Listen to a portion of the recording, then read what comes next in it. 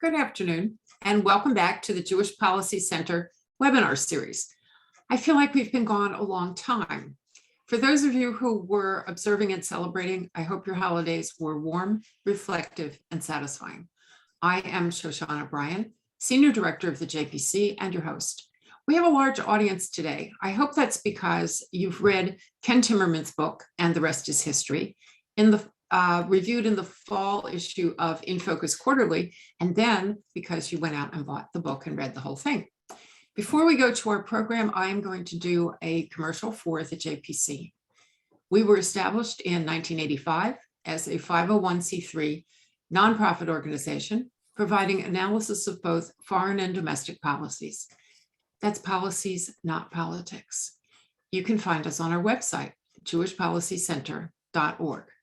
There you can find our Insight articles, In Focus Quarterly, our blog in context. See a pattern there?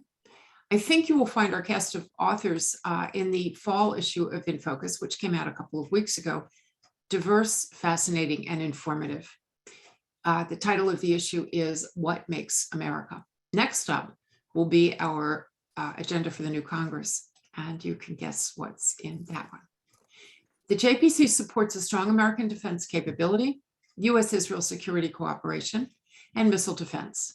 We support the legitimacy and security of Israel against anyone who would deny them, especially Hamas, Iran, and the Palestinian Authority, and Australia. As an organization that sits slightly to the right of center, the JPC advocates for small government, low taxes, free trade, fiscal responsibility, energy security, free speech, and intellectual diversity. In this series of calls, we've been trying to provide background to events of the day. In the beginning, we leaned heavily on the impact of coronavirus and the changing view of China that seems to have come with that. We've also looked at internal and foreign policy choices of countries that are America's friends and countries that are America's adversaries. Israel is the top of the first list, and the Abraham Accords broadened our interest in the Persian Gulf and North Africa. Iran is at the top of the second list. We've spent years considering the nuclear and conventional threat Iran poses to the region and farther afield. Today, we're going to look at events that pose a threat, possibly, to the Mullah government. It could be a good day. Our guest is author and journalist Ken Timmerman, a nationally recognized investigative reporter and war correspondent who was nominated for a Nobel Prize for the work he did to expose Iran's nuclear weapons program. He was prominently featured in the documentary Iranium, I don't know. Since 1995, he has run the Foundation for Democracy in Iran, that is Iran.org, and he regularly meets with Iranian dissidents overseas. He has lectured to the Pentagon's Joint Counterintelligence Training Academy on Iran and was the outside investigator for law firms representing the families of 9/11 victims. Based on eyewitness testimony Ken elicited from Iranian defectors, a federal district court judge ruled in 2011 that Iran, quote, shared responsibility with al-Qaeda for the 9/11 terrorist attacks, and awarded $6 billion to the families of 9/11 victims. Aside from his Iran work, for the past 40 years, Ken has covered both sides of the Arab-Israel conflict, interviewing radical imams and would-be suicide bombers in Gaza, and reporting on the plight of Israeli citizens during the 2006 Hezbollah war. In addition, he was early in understanding how the West was supplying weapons technology to China and supplying Iran's mullahs and Saddam Hussein with weapons illegally. His books often involve his own experiences. Running for Congress in Maryland gave birth to The Election Heist. His novel about the Iraq War, ISIS Begins, is based on his many trips to Iraq. As a reporter in 1982, he was taken hostage by Palestinian guerrilla fighters in West Beirut, where he was born again in his Christian faith. He relates that and much more in his new book, And the Rest is History, Tales of Hostages, Arms Dealers, Dirty Tricks, and Spies. which is another opportunity for me to suggest that you go to the JPC website, jewishpolicycenter.org, and read the book review in the fall issue of In Focus Quarterly and buy the book. The late Nazi hunter Simon Wiesenthal said of Ken, "I have spent my life tracking the murders of yesterday. Mr. Timmerman is tracking the murderers of tomorrow." And with that, Ken Timmerman, the floor is yours. Well, thank you, Shoshana, for that incredible introduction. And I hope there's still some time left to discuss Iran. A life is long, isn't it? Look, I'd like to tell you that everything is going great inside Iran today, that the protests are on the verge of toppling the regime. And while there is a lot of good news, and the good news is primarily that the protesters are managing to elude the arrest in some cases. They not being shut down, they're not being killed into non-existence. They're still getting videos out onto Twitter, into Telegram, into Clubhouse and various internet fora. But I want to just give you right up front my conditions for success of this protest movement. Two things have got to happen for them to actually succeed in toppling the regime. And we're not even close to those things happening at this point. Number one, this has to become a true nationwide movement with buy-in from ethnic minorities. Now, you see protests in Kurdistan, in Baluchistan, in Avaz, in the southeast of the country, in the oil fields. Very, very important that the oil workers have joined the protest. This is what ultimately led the 1978 revolution to success, was shutting down the oil industry. But the groups, the political groups and the intelligentsia in the ethnic areas, which are basically the entire periphery of Iran, all of it is inhabited by repressed ethnic minorities, Kurds, Baluch, Avazis, etc. They have to buy into this, and the Persian groups in Tehran who tend to be the voice of the opposition, they have to stop calling the ethnic minority separatists. It's not just name calling, but names are very important. Because the regime is calling them separatists, and as soon as you call somebody a separatist in an Iranian context, they are anathema. You don't want to deal with them. So the first condition is that there's a true buy-in by the Persian-centered organizations to the demands for freedom and respect by the ethnic minorities and their representatives, all these different Kurdish and Baluchi groups. Has not happened yet. The second condition that I would look for is for the IRGC and the Basijis to join the protest movement. Now, I don't mean all of them, but you saw this in 1978 and 1979. You saw a refusal by the army at key moments to shoot fellow Iranians. There have been some reported instances that some of this has happened, that there are sympathies amongst some of the anti-riot troops, but I haven't seen it widespread. And instead, what you're seeing are these motorcycle gangs, the same ones who kidnapped Mahsa Amini, still roaming the streets of Tehran and other cities, attacking women without hijabs, attacking people in crowds. And until they get exposed and their fellows revolt and refuse to repress these demonstrations, I think they're bound to fail. Now, this is there's a long history of these demonstrations, okay? I was involved with FDI in 1999 in helping to get the first internet pictures of the student protests at that time. It was never done before. The internet was a fledgling tool for human rights practitioners. We got photographs almost instantaneously of kids being thrown out dormitory windows, and this helped to impact public opinion. Every couple of years, you have major demonstrations. 2009, 2013, we had again 2019 recently, and now. And they never seem to reach beyond this letting off of steam inside the regime. Sooner or later, the regime just kills enough people, arrests enough people that the demonstrations subside. Their favorite tactic is to shut down the internet, and then they kill in the darkness. They've done that, but the young people today have skills that their older brothers and sisters did not have.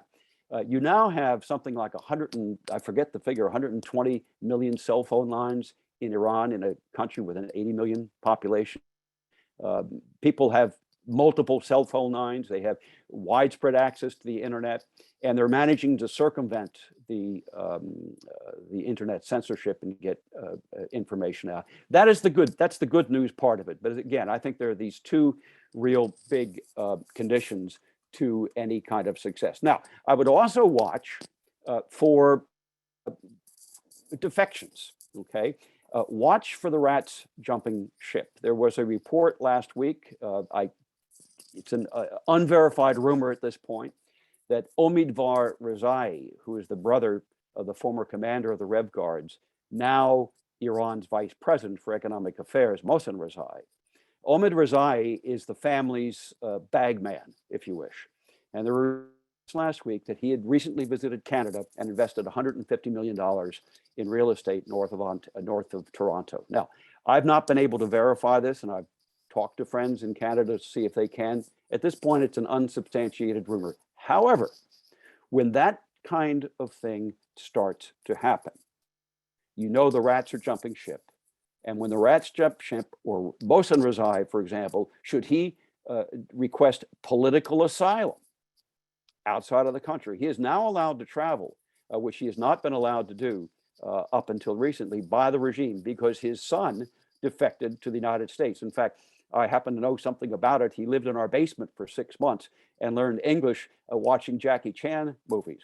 So I know an awful lot about Mohsen Rezai and his family. And he was, there was an attempt to recruit him by the United States government, which failed because of the ineptness of certain CIA officers a number of years ago. If someone like this jumps ship, requests political asylum, then you know the regime is going down. Okay, so I would just pose those as conditions to sort of frame a discussion. One other thing I do want to mention before we get to questions is that this Sunday is the 39th anniversary of the attack on the U.S. Marine barracks in Beirut that killed 241 U.S. Marines. It was the largest loss of life for the Marines since Iwo Jima, an extraordinary attack.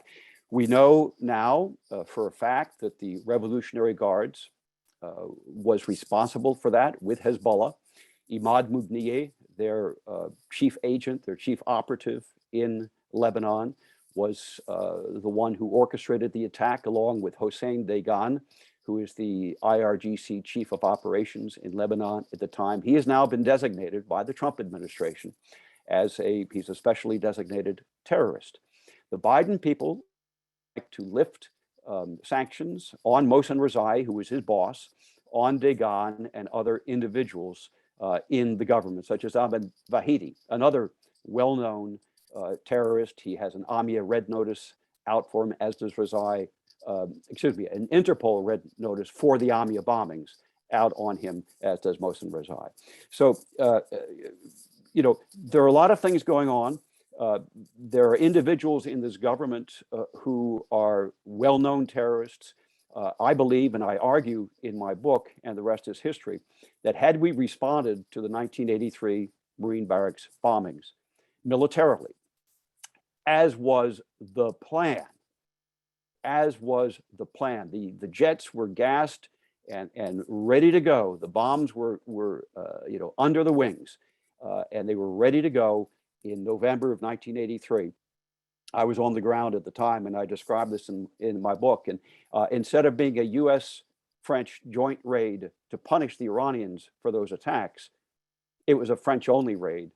And oh, by the way, because the French leak all the time, the Iranians got advance warning, and no Iranians were killed when they hit Baalbek, just a shepherd and a bunch of sheep. I still believe, and I argue in my book, that had we attacked at that time, the entire face of the Middle East would have been different. Iran would not have emerged from those attacks as an international terror exporting state. They would have learned their lesson in many ways. We would have held them in check. Instead, they've learned one thing very, very clearly. They can act with impunity. No one will ever punish them.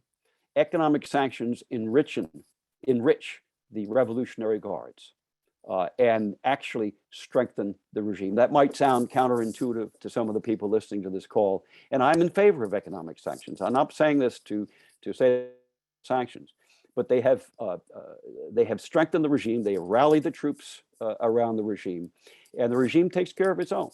So the IRGC has got their overseas assets have expanded. And now we see the Biden administration preparing to release a lot of those assets, just as the Obama administration did in 2015, $150 billion. What did they do? They didn't help the Iranian people. It helped them build up their weapons infrastructure. It helped them to fuel the wars in Syria, Iraq, and in Yemen. And it helped them to become a more powerful government.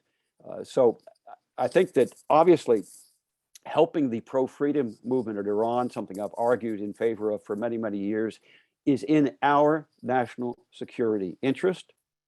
This administration is not doing it. Even our broadcasting, the Voice of America, Radio Farda, is, I would say, lukewarm in their support for the protests, where we have seen the biggest support has been from people like, Elon Musk, sending Starlink receivers to Iran. Now, I hear from friends on the ground that they aren't working so well, but nevertheless, for a private individual to become a greater support of the pro-freedom movement in Iran than the United States government is a disgrace on that US government. So I think what I'll do is kind of stop there and let people ask questions, because I think that might be a better way to exchange information here than just listen to me drone on. You can drone, it's fine. I don't explode. I try not to explode on targets on the ground when I drone. Thank you. So let's start where you stopped. You advocate that the US government should do more for the anti-regime protesters. What should we do? What could the US government do that would be helpful in your view? Well, let's set this off in two different piles here. What would I like them to do? What would be the maximum that they could do? And what are they likely to do? What they are likely to do, even this administration, I think, is a certain amount of shaming, public shaming. They are likely to go to the United Nations and talk. Well, that's not going to hurt a lot of people in the regime in Tehran. They can talk all they want. They really don't care. What I would like to see happen is a ramping up of Voice of America and Radio Farda. Let them become true vehicles of a two-way communication into Iran and out of Iran. That's how they were conceived in the beginning, a way of giving the Iranian people a surrogate broadcasting, the kind of broadcasting that they could not get from their national media. So we would provide it through Voice of America. That was its initial charter. We haven't done that. Radio Farda is a way of giving them a freedom radio, actually empowering and emboldening activists on the ground, citizen journalists, and there are now lots of them inside Iran, lots of citizen journalists inside Iran with their cell phones and with internet connections. And Radio Farda should be used as a way of getting that information out and to the world, so this regime cannot kill in the silence, they can't kill in darkness. Beyond that, I think it's very important that we delegitimize the regime. And it's something that you obviously are not doing if you're negotiating with them. If you're negotiating with them over their nuclear weapons capabilities, how absurd is that, by the way? Just think of that. You're actually negotiating with a regime, with a terrorist regime, about putting limits on their nuclear weapons capabilities, and you think they're going to honestly negotiate with you and agree to limits in 2015, and they're certainly not going to do so today. So stop the nuclear negotiations, just cut them off completely. And maybe we should think of doing the kind of things to the Iranian regime that, we're doing to Russia. Treat them as a pariah state, kick them out of the, they've been out of SWIFT for some time, but really put an embargo on Iranian oil being sold around the world. So there are many, many, many more things that we can do. We're not doing any of them.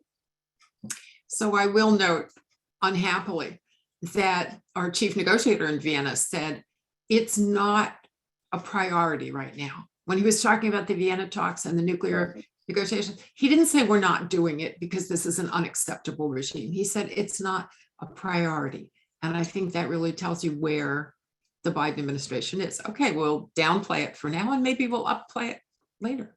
Right. We had someone ask how the sanctions enrich the regime. If you'd give us a little bit more detail on how it works, that we think that we are preventing them from getting money, and in fact, they're being strengthened by this. How does that work? So what's happened with the sanctions is that commerce between legitimate Iranian industry or traders and the outside world has been blocked.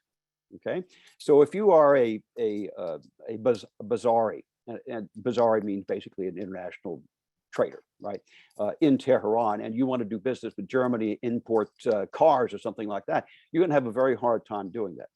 However, if you are a Revolutionary Guards general, because the Bazari import cars, you can go through your black market networks in Syria and Iraq and import stolen cars, for example, and make a killing.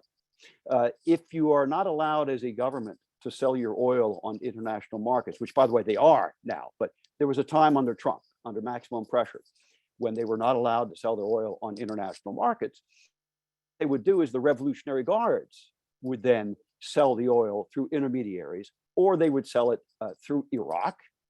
Yes, they would sell through Iraq. They'd launder their oil through Iraq, and they've been doing this for years and years and years. So they would enrich themselves that way.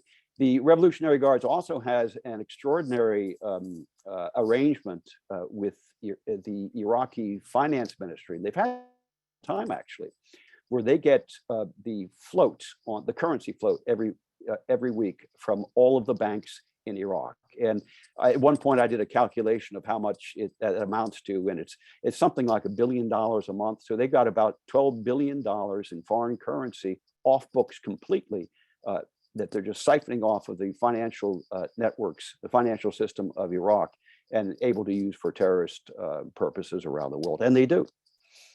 So when you close off the legitimate avenues, all the bad guys take over. That's right. That's right. Exactly what's happened. Now, not to say that sanctions aren't good. I'm all in favor of sanctions. Let me repeat it. But let us just be aware that the bad guys see this as an opportunity, and they are truly making out like bandits. And by the way, our friends in Europe are not cracking down on them. They are not exposing their financial networks in Germany, in Luxembourg, in Switzerland, in France, and those networks exist and they are thriving. They are not exposing them in Canada. I mentioned Omid Varzai, but he's not the only one. The Canadians know that the sons and daughters, the princelings, the princelings of Tehran, right? They are going back and forth to Canada. Most of them have green cards. Some of them have Canadian citizenship, and all of them have bank accounts and real estate. So none of this has been shut down. None of that has been shut down. Which is in contrast to a lot of the things that have happened to Russian oligarchs and their families and their children. So we really are treating them differently. Yes, that's right. Think about that. Something else to think about. We talked about this before the program started, and I asked you if, so there's a question here, are the demonstrations getting bigger or smaller? And in that context, I asked you about the fire in Evin prison. And I thought that was sort of a good sign. I mean, it seems to me interesting that one of what must be the most hated places in all of Tehran for the Iranian people had a huge fire. And you said something interesting. What did you say to me?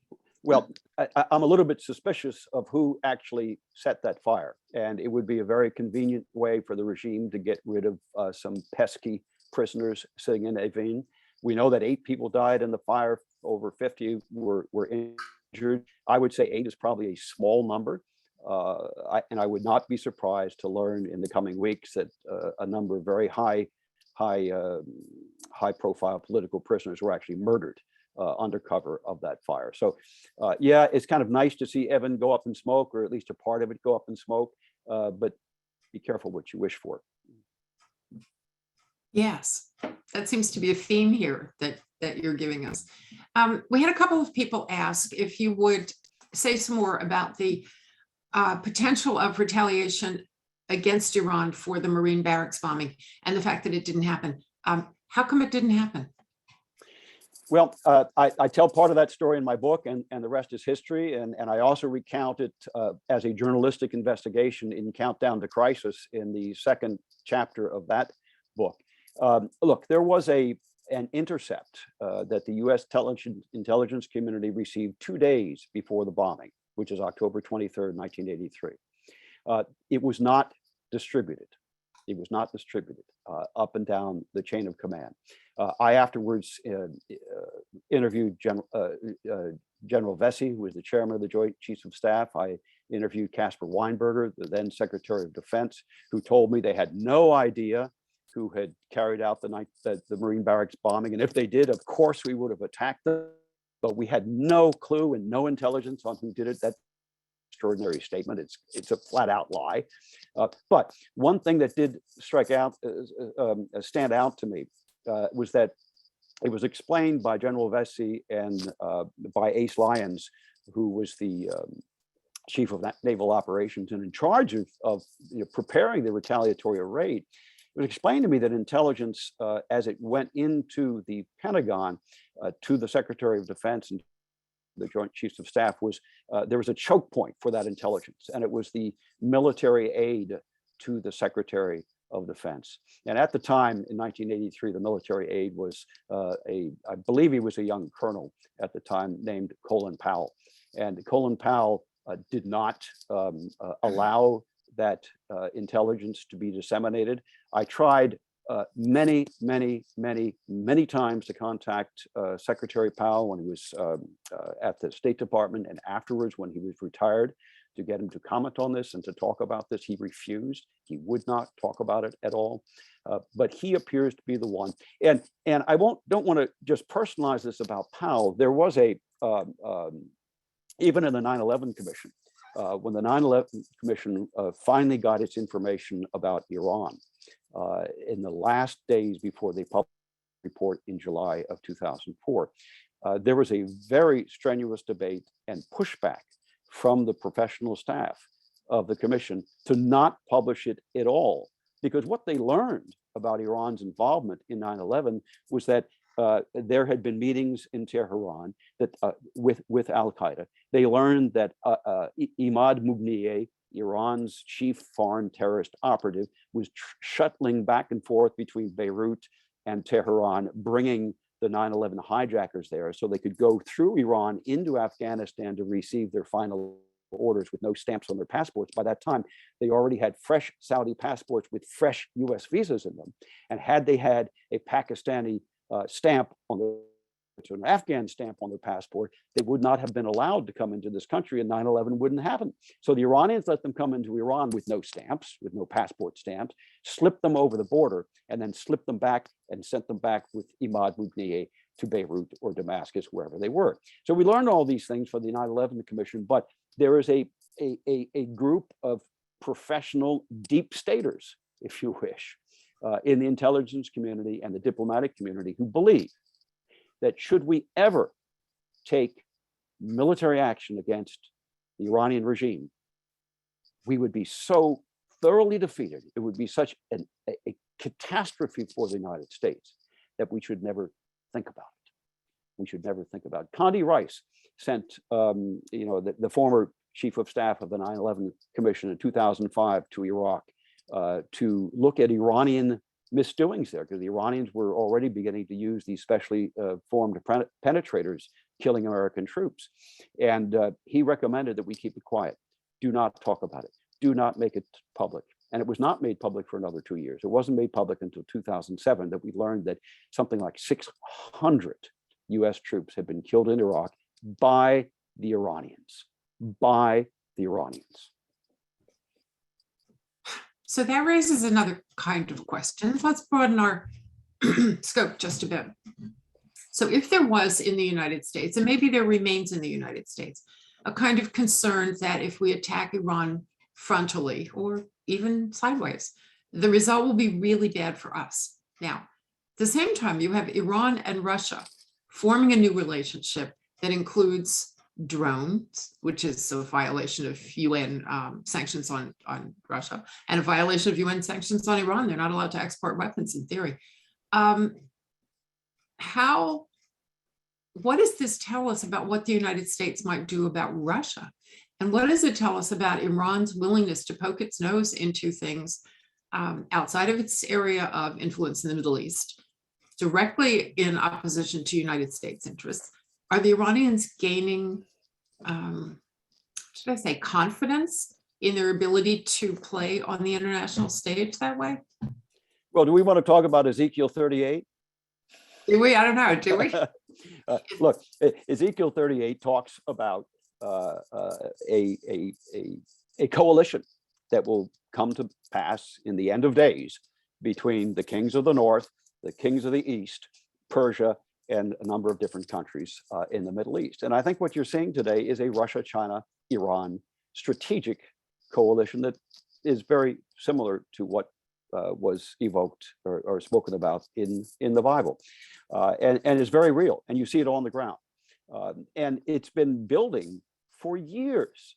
You know, you can go back to 1981, 1982 during the Iran-Iraq War. Again, I talk about this a bit in my book, and you can see the beginnings of Russia, Iran, and Iran, China getting together. Mohsen Rezai, again, was starting to go to North Korea and China already in 1982 to purchase missiles and to bring missile technology, manufacturing technology back to Iran. So they have a strategic relationship. Recently, Iran was invited into the Shanghai Cooperation Agreement, which is a regional grouping set up by Russia, but as well, that includes the stands, right? And Iran had been an observer for years. Now they are a full-fledged member. Russia and Iran hold naval exercises, joint naval exercises. The Chinese have been invited into these joint naval exercises. Look, it is a strategic relationship which benefits both sides. If you had told me 2 years ago that Russia would be importing Iranian drones, I would have told you you're out of your mind. The Iranians can't produce enough of them for themselves. And besides, we've been told for years that the Russians have invested $650 billion in upgrading their conventional weapons capabilities over the past decade. Well, we certainly haven't seen that on the battlefield in Ukraine. The Russians are getting mauled. So they actually turned to the Iranians. Maybe it could very well be that they've aided them with production technology to expand a drone production plant in Iran. But the Iranians have really focused a lot. They have always focused with their weapons production on niche products, things that either would give them an unconventional, asymmetrical leg up on the battlefield, missiles, drones, in particular speedboats in the Persian Gulf. They use arms. And instead of building destroyers and combat aircraft and main battle tanks and stuff like that. So they are able to get a big bang out of just a couple of billion rials. Sound like a lot of money, but you could put all that in your pocket. Okay, so you've just told us that this is a long-standing relationship between Russia and Iran, maybe ramped up a little bit now. How do you account for the fact that the United States was allowing Russia and China to be our interlocutor in Vienna in the room with the Iranians, excuse me, while we were outside in the lobby of the hotel? How does this work? It's mind-boggling. I think, as Michael Ledeen would say, it's worse than a crime. It's a fault. It's an error. We should never have done something like that. But let me tell you a story to illustrate how long-standing this relationship with Russia and Iran has been going on. In 1995, Bill Clinton was preparing for a summit meeting with Boris Yeltsin, then the president of Russia. And shortly before the summit meeting, he was given intelligence that the US had discovered that Russia had signed a nuclear protocol with the Iranian regime. And it was a military nuclear protocol. That was how the Russians themselves described it. Part of the protocol was to build a centrifuge enrichment plant, okay? Another part of the protocol was to build an underground test site, test shaft, they called it, okay? So when Clinton goes to see Yeltsin, I think it was October of '95, he comes back with this big victory, and he said, I got Yeltsin to cancel the military parts, nuclear cooperation agreement with Iran. And I remember at the time reporting on this and just scratching my head and saying, wait a second, do you realize what you just said? You just said that you got the Russians to stop providing nuclear weapons to Iran, and you think that's a big victory? That should be the first step of really whacking them. And breaking those two countries apart, splitting them apart, so they cannot ever do something like that again. And we also learned at about the same time that the Russian general staff had strategic papers circulating amongst them, which leaked out to the West, that described and explained why it was in Russia's strategic interest to have military relationships with both Iran and Iraq. This is the time when they also got caught by the U.S. providing gyroscopes from SS-18 missiles to Hussein, and Saddam had buried them in the Tigris River, and the UN arms inspectors managed to find out where they were and dig them up. So it was there. They considered it was their strategic interest to have strategic military relationships with both Iran and Iraq, and to help both countries to acquire strategic weapons to hold the United States at bay and ultimately to drive us out of the Persian Gulf. So we're looking at this, and we now know a lot of things we perhaps didn't know before. And I know you've just told us a bunch of things we didn't know before. How good would you say US, Israeli, and other Western intelligence sources inside Iran are? And that's a two-pronged question. One is about bringing out information about the demonstrations. That's the current immediate interest every night on the news. But secondly, those long-term relations and what Iran is actually doing in its weapons programs. How good are we? I'm going to shock you here, Shoshana. CNN is better than CIA these days. And they have actually, the past week, have run some pretty interesting investigative pieces on the ground in northern Iraq with Iranian dissidents, people who have gotten out into the Kurdish areas, and they've showed some of these women. I love these girls with guns. In the next volume of my memoir, it's going to be a chapter called Girls with Guns, and it's about these Kurdish women guerrilla fighters that I got to meet many times in Iraq in their training camps right along the Iranian border. So CNN went there, and they have, you can see what this looks.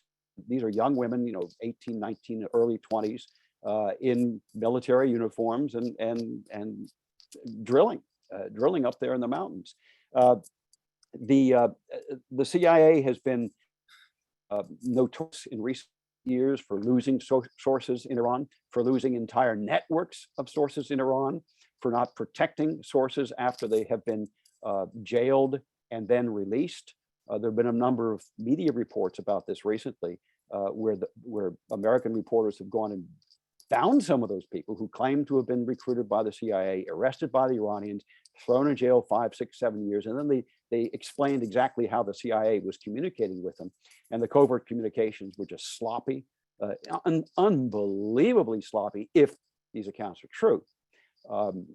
But I think, look, the proof is in the pudding. If we had great intelligence on Iran, we would be acting differently.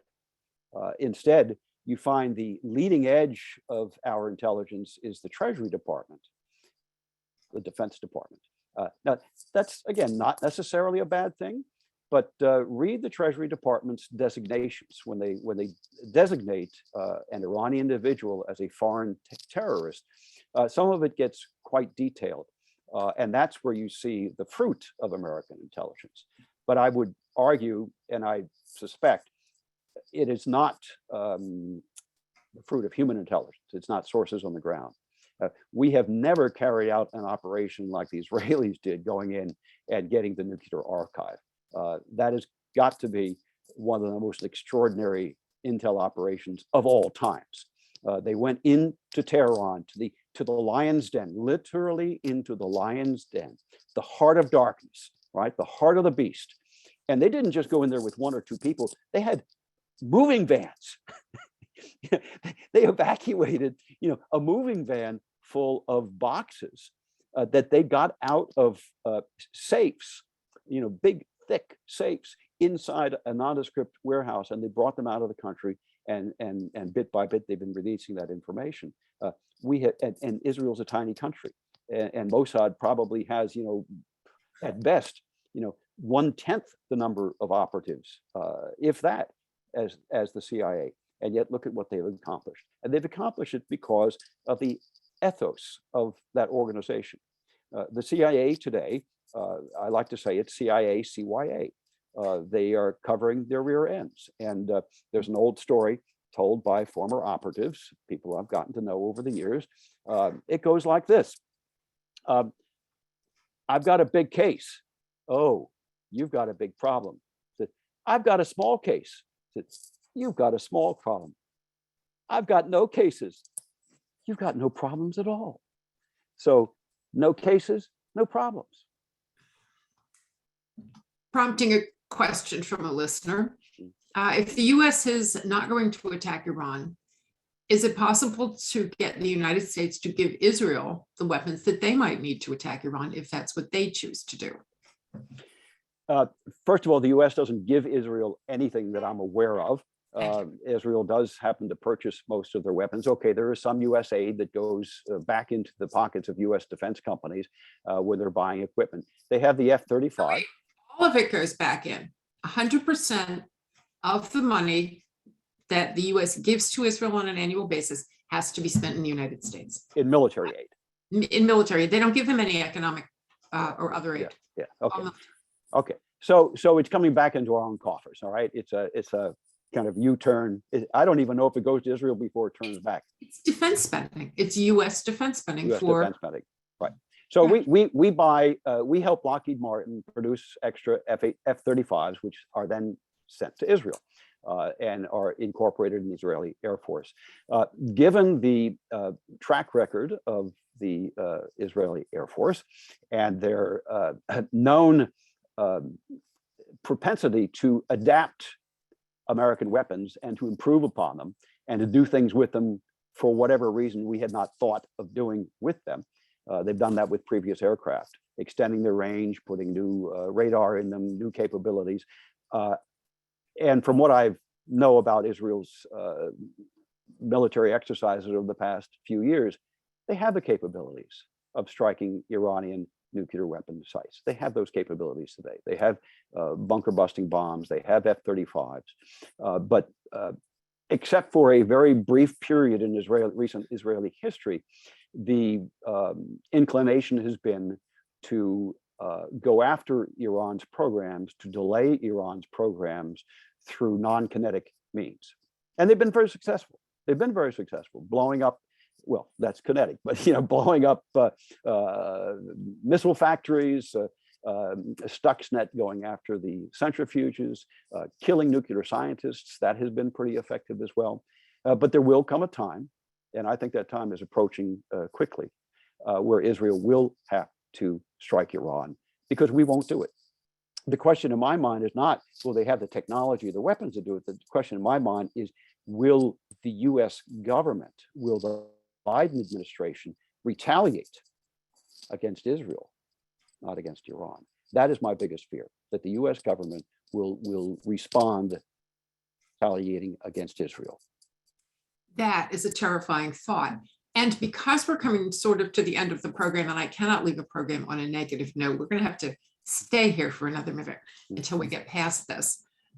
So let's spread our wings just a tad. the Saudis, the Emiratis, the Kuwaitis, the Bahrainis, all these people have changed their view of Israel over the last couple of years. And a piece of that was their concern about Iran. And clearly they were interested in having Israel on their side of the Great Divide as regards the threat posed by Iran. In your view, I know you watch this, not quite as much as you watch Iran, but you do. Are those guys still counting on Israel and or the United States to protect them? Or, frighteningly, are they trying to reconcile with Tehran for fear that we won't help them?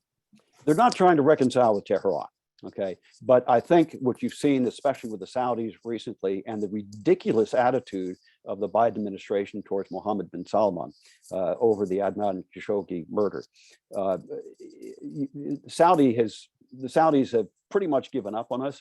You now have Democrats in the Senate saying that they are going to punish Saudi Arabia for not waiting to decrease oil production until after the midterm elections. I mean, come on, how transparent is that? Talks about transferring U.S. defense Patriot missile batteries from Saudi Arabia to Ukraine, taking them away from the Saudis. So what are the Saudis doing? They're talking to Russia. They're talking to Russia. By the way, OPEC plus is OPEC plus Russia. All right. And they're the ones that jointly decided on the 2 million a day barrel per day production cut. Now, all of that said, the Abraham Accords, which are peace agreements between Bahrain, the United Arab, Morocco, Sudan,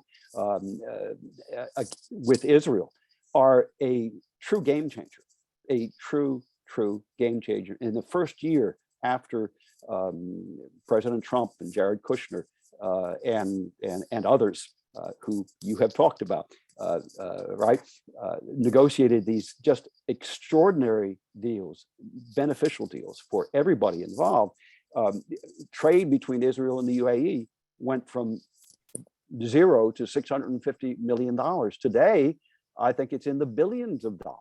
And the Emiratis are they're going to town, and they see, they have, look, what this did was essentially end the Palestinian mafia and the Palestinian mafia stranglehold over the Gulf sheikdoms. That's something else I talk about and the rest is history. They put an end, the PLO can no longer blackmail those countries because they've got Israel on their side. So that is even more important than the Iran factor. The Iran factor was important. It's especially important with the Saudis, but now they have set themselves free. And I'm just waiting for Kuwait and other countries to join the Accords. They won't do it while Biden is still in office because there's no incentive, and it's not US policy. Anything that Trump did is not US policy any longer. Let us just hope and pray that the US embassy remains in Jerusalem where it belongs and try to do what Australia just did. So you've gotten us, as I hoped you would, to a positive point. Except for that last bit. I take that. I will revise and extend my remarks, right? Later, yeah. Forget Australia. But basically, okay, what I gather, and I do, people who watch this program know that I have to end on a positive note. Otherwise, I feel like I failed. But the Abraham Accords are a positive note. Oh, yes. Oh, yes. And the idea that the Palestinian mafia has lost its power against the Gulf states. And Saudi Arabia has said as much. They're not interested in funding the corrupt regime. So you've brought us to a positive place. You were a little less positive on the Iranian Revolution than I hoped you'd be, but again, not really down in the dumps, but a great deal of information. So Ken Timmerman, thank you for enlightening us. Thank you for keeping us sort of ahead of where we need to be. When we watch the news tonight, we will be better able to understand what's going on in Iran and probably in the United States as well. And that's a huge benefit to us. So thank you very much. Well, thank you. It's been a pleasure. It's been a pleasure. Thank you. Thank you.